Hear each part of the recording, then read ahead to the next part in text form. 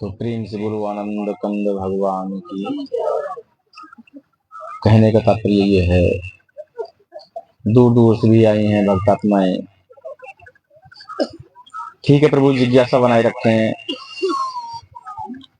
जिज्ञासा बनाने से समय के सत्संग मिला करते हैं। सत्संग का पान करने से आत्मा निर्मल हुआ करती है। जबकि आत्मा निर्मल हो जाती है तभी मोक्ष गति को प्राप्त हुआ करती है, इससे पहले नहीं। दूसरे कहने का तात्पर्य ये है, आज जिसको कहा है सत्संग सत्संग सत्संग, बहुत अच्छी बात है, पर ठीक से सोचें और समझें कि सत्संग किसको कहते हैं, सत्संग क्या हुआ करता है, यदि सत्संग का वर्णन क्या है। क्योंकि आज तो छोटे छोटे बच्चों से भी पूछ लो, कहाँ गए, सत्संग में गए, कहाँ गए, सत्संग में गए। पर उद्देश्य कहने का यह है कि ये पता नहीं है कि सत्संग किसको कहते हैं, सत्संग क्या हुआ करता है, यदि सत्संग का वर्णन क्या है। सत्संग उसको कहते हैं जिसको वास्तव में ही कहते हैं सत्य। तो सत्य क्या है, जो वास्तव में सत्य है वो क्या है, वो वही है प्रभु परमपिता परमात्मा।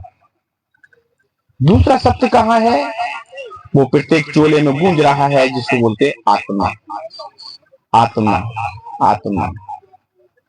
तो आत्मा को परमात्मा से जोड़ें, उसको सत्य का संग बोला करते हैं नारायण। बाकी सब कुछ ये धर्म चर्चाएं कहलाती, धर्म चर्चाएं कहलाती। दूसरे कहने का तात्पर्य ये है, आज जिसको कहा है भगवान तू है, भगवान तू है, भगवान तू है, बहुत अच्छी बात है, पर ठीक से सोचें भगवान किसको कहते हैं, भगवान क्या हुआ करता है, पर मेरा भगवान कौन है। क्योंकि भगवान उसको कहते हैं यदि भग माने आत्मा और वान माने शरीर। यदि भगवान, भा माने भूमि, भग गा माने गगन, भग वा माने वायु, आ माने अगेन और ना माने नीर, उसको कहते हैं जिसको पांचों तत्वों से बना है शरीर, उसको भगवान कहते हैं। संसार में आने के दो रास्ते होते हैं, संसार में आने के दो रास्ते होते हैं, वंकनाल और शंखनाल। अब इनका पहचान क्या है, जो वंकनाल से आते हैं उनके माँ बाप नहीं हुआ करते, जैसे ब्रह्मा विष्णु महेश। यदि कबीर साहब, दूसरे उद्देश्य कहने का यह है, जो शंख नाल से आते हैं उनकी असली पहचान है कि जिनके माँ बाप हुआ करते हैं। अब उद्देश्य कहने का यह है, उसमें पहचान करो मेरा भगवान कौन है। भगवान का काम है दया करना और काल का काम है खा जाना। अब ठीक से गौर करें, ध्यान करें, मेरे ऊपर सबसे बड़ी दया किसने बरसाई थी, वो कौन था, वो कैसा था, वो किसको बोला करते हैं, जिसके बाहों में हमारा स्वागत। वो कौन था, वो थी माँ। माँ माँ आज याद नहीं आ रहा है, कोई बात नहीं है, जब मौत की सैया पर पड़े होंगे तो ठीक से याद आएगा, अरे मैया इस घोर कर से मुझे छोड़ा दे। क्योंकि जरा भी बुखार आ जाए ना, जरा भी बुखार आ जाए, जितने भी संसार में भगवान हैं, जिसको 33 करोड़ देवी देवता बताएगा, जिसको भगवान कहते हैं, और सभी से कहना मेरे लिए प्यास लग रही है और मैं चारपाई पर पड़ा हुआ हूं, मेरे मुंह में एक चम्मच पानी डाल दो। और यही बात कह देना अपने जन्मदाता गुरु से, जिसको कहते हैं माँ, उससे।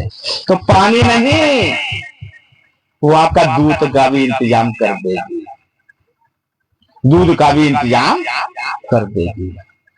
और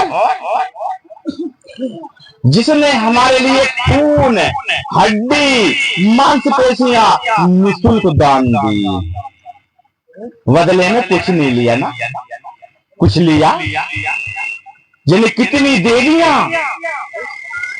हर जन्म देते देते स्वर्ग सिधार जाती हैं, आपके कारण, आपके कारण। और वो माँ जरा भी बुखार आ जाए तो ठीक से कहेगी, डॉक्टर साहब मेरे बच्चे को ठीक कर दो, मैं आपका भुगतान कर दूंगी। क्यों ना उसके लिए अपना आभूषण गिरवी डालना पड़े, क्यों ना उसके लिए अपनी जमीन भी गिरवी डालना पड़े, पर आपका इलाज कराएगी, आपका पेट भराएगी। दूसरा उद्देश्य कहने का ये है, जिसको कहा है ना सत्संग, सत्संग जो वास्तव में सत्य है वो कौन है और वो क्या है? वो है परमात्मा, जिसने आपके लिए बल और बुद्धि और विद्या निःशुल्क प्रदान किया है। निःशुल्क। अगर वो हमारी बुद्धि ना देता, नारायण हम रोटों पर पत्ते बीनते, जूठे पत्ते चाटते, पता नहीं लोग हमारे लिए बेलों से डंडों से पीटते और हमारी शिकायत कहीं नहीं सुनी जाती। और आज हम उसके ऋणी हैं, ऋणी हैं, जिसको ठीक से कहा है कर्म ही प्रधान है। लिखा है ना, कर्म ही पूजा है, कर्म प्रधान विश्व रच रखा, जो जैसा कीना वैसा ही फल जा। तो ठीक से कहा है कर्म ही पूजा है। पर उद्देश्य कहने का, यदि कर्म ही पूजा है, कर्म तो तीन प्रकार के हुआ करते हैं। कर्म तो तीन प्रकार के हुआ करते हैं, प्रारब्ध, पर्यायमान और संचित। उद्देश्य कहने का ये जो वेद बताता है और जो भी समय के महापुरुष हुआ करते हैं वो वेद से हटकर भी बोला करते हैं। वेदों में ठीक से कहा है कर्म तीन प्रकार के हुआ करते हैं, प्रारब्ध, पर्यायमान और संचित। लेकिन ठीक है, बहुत बढ़िया बात है, क्योंकि आपने रामायण पढ़ी होंगी ना, रामायण सबने पढ़ी होंगी, जिसको ठीक से कहते हैं श्लोक, श्लोक पढ़े होंगे ना। तो श्लोक जो भी पढ़े होंगे वो श्लोक की कहानी होगी ना। श्लोक जो बता रहा है वो ठीक से कह रहा है श्लोक, तो श्लोक की ही तो कहानी होंगी या उस श्लोक की होंगी, तो श्लोक बताते हैं। जब श्लोक है तो इसी लोक की तो कहानी है, और संत जो बताते हैं उस लोक की। क्योंकि उद्देश्य कहने का ये है, यदि जिसके लिए ठीक से कहा है कर्म ही पूजा है, लेकिन हमारा मुख्य कर्म है तो है क्या? उन तीनों कर्मों से हटकर होता है। जो हम माँ के गर्भधान में उल्टे लटक रहे थे ना, उस प्रभु परमपिता परमात्मा से आराधना कर रहे थे, गुजारिश कर रहे थे, प्रार्थना कर रहे थे, हे प्रभु इस घोर नशे से हमारे लिए छुड़ा दो, हम तुम्हारा जाप करेंगे, हम तुम्हारा जाप करेंगे।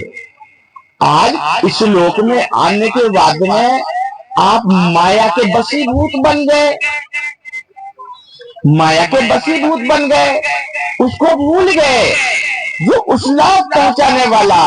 यहां से तो जाना है ना एक दिन, है?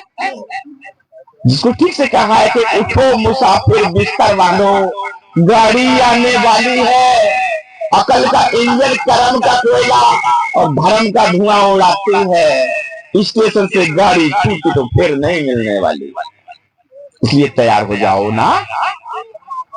दूसरा उद्देश्य कहने का ये है, आज जिसको ठीक से कहा है, बहुत कुछ भक्त लोग हमने देखे हैं, क्योंकि आज कहीं जाओ ना, भक्ति में भी एक स्वार्थ बैठा हुआ है, भक्ति में भी एक स्वार्थ बैठा हुआ है। भक्ति के लिए जो लोग इच्छुक हैं, जो यदि जितने भी ये लोग हैं, जो भी भक्त हैं, ये कौन है? जितनी भी देवियां जो भी भक्ति कर रही हैं, ये कौन है? क्योंकि सतयुग से हम और आप साथ साथ रह रहे हैं और आज तक रह रहे हैं। जैसे यदि कृष्ण भगवान, उनके ग्वाला, जैसे गोपियां हैं, ये सदियों से ही उस भक्ति में यदि शने हुए हैं और वही यहां तक पधार रहे हैं और वही पधारते रहेंगे।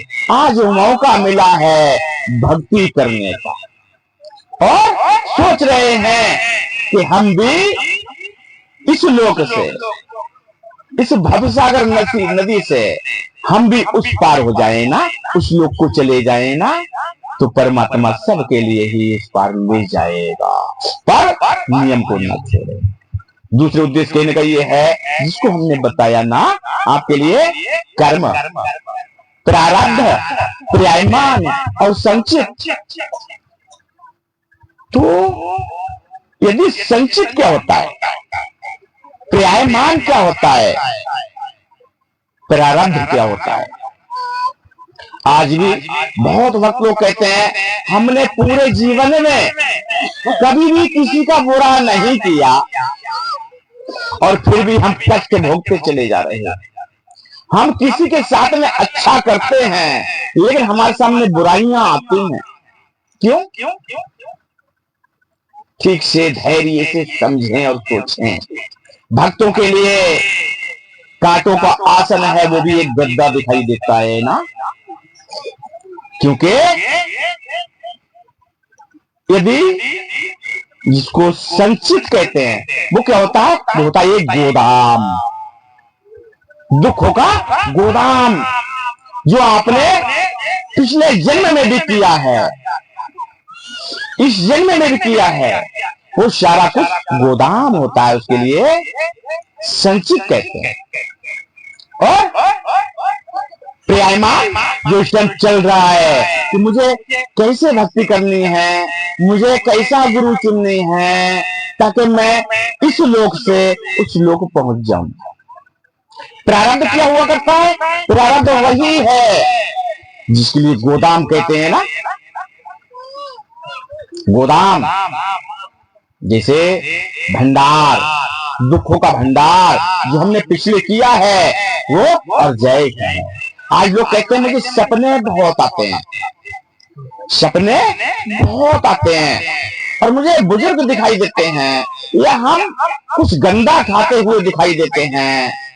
कुछ ऐसा होता है कि हम भक्ति कर रहे हैं, फिर भी हम देख रहे हैं कि गंदी चीज हमारे सामने रखी हुई है और बन रही है और हम खाएंगे। ये क्या होता है? यही गोदाम है।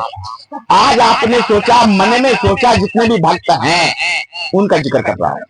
आज आपने सोचा कि मुझे भूख लग रही है और जलेबी खाने की इच्छा है, और उस समय में आपके लिए जलेबी नहीं मिल पाई,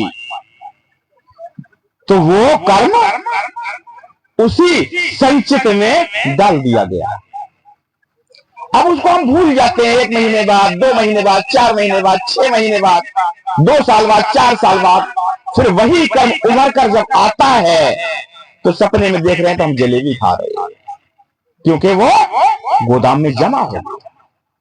ऐसे ही कुछ लोग कहते हैं, कुछ भक्त लोग कहते हैं, हमने आज तक सबकी भलाइयां की और हमारे लिए बुराइयां देखने को मिलती हैं। वो क्यों? कि वो भंडार है, वो खजाना है जिसको संचित कहते हैं। जैसे आज गटर तो जानते हो ना, जो लैट्रिन के गटर होते हैं ना, उन्हें तो जानते हो ना।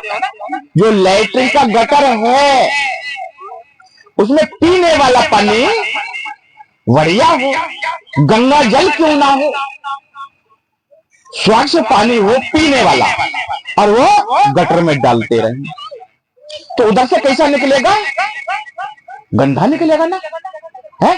तो जो खजाना है उसमें हम यदि अच्छा डाल रहे हैं, उधर से बुरा निकल रहा है, और फिर भी उसमें बैठना नहीं छोड़ रहे हो। लैट्रिन शीट में बैठना भी नहीं छोड़ रहे, तो जिंदगी भर ही आपके लिए गंदा ही निकलता रहेगा। साफ डालते रहेंगे, गंदा निकलता रहेगा, वो बुराइयां आपके लिए देखने को मिलती रहेगी। जब समझ आ गया ना कि आज के अलावा मैं बुरा नहीं करूंगा, है, उसमें बैठना ही छोड़ दूंगा, है, और रोज उसमें 2, 4, 6 बाल्टी रोज डालेंगे, रोज उसमें स्वच्छ पानी डालेंगे, तो एक दिन तो साफ निकल जाएगा ना, है, एक दिन साफ निकल जाएगा। तो उसी का इंतजार करें, क्योंकि अंदर में हमारे वो बुराइयों का खजाना भरा हुआ, उनसे हटो। दूसरे उद्देश्य कहने का ये है, यदि जिसको ठीक से कहते हैं ना आत्मा, आत्मा, आत्मा बहुत बढ़िया बात है। आत्मा क्या होता है? आत्मा किसको कहते हैं? आत्मा क्या चीज है? आत्मा है एक प्राण वायु, प्राणों की एक हवा जो आ रही है और जा रही है, आ रही है और जा रही है, वो है प्राण वायु, प्राणों की एक हवा। तो उद्देश्य कहने का ये है, ठीक है, बहुत बढ़िया बात है। अब ये शरीर कैसा है? आपके अंदर, सभी के अंदर देख रहे होंगे कितने प्राण हैं। एक एक भक्त के अंदर, एक एक मानव के अंदर कितने कितने प्राण हैं, सभी को पता ही है ना। एक आत्मा है ना, लेकिन नहीं, ये ना सोचें, क्योंकि ये शरीर ही एक पृथ्वी के समान है। जैसे रेलगाड़ी चलती है ना, जिसमें चलाने वाला तो एक होता है ना, लेकिन उसमें अनेकों सवारियां बैठी होती हैं। ऐसे ही जिसमें, इस शरीर में, इस नौका में, इस गाड़ी में एक आत्मा है जो शरीर को चलाने वाली, शरीर रूपी नैया को चलाने वाली। पर इसके अंदर बहुत कुछ आत्माएं, बहुत कुछ आत्माएं, जीवाणु जो हमारे जीवन दे रहे हैं, और इसके अंदर और भी उद्देश्य कहने का ये है, वो जीव रह रहे हैं जो गंदे में भी अपना जीवन यापन कर रहे हैं। कभी भी धीर शंका गए होंगे तो देखा भी होगा कितने छोटे छोटे कीड़े निकलते हैं ना, वो इसी शरीर में तो है? इसी शरीर में तो है। और मोक्ष के लिए, पाने के लिए आप केवल अपना भक्ति करेंगे।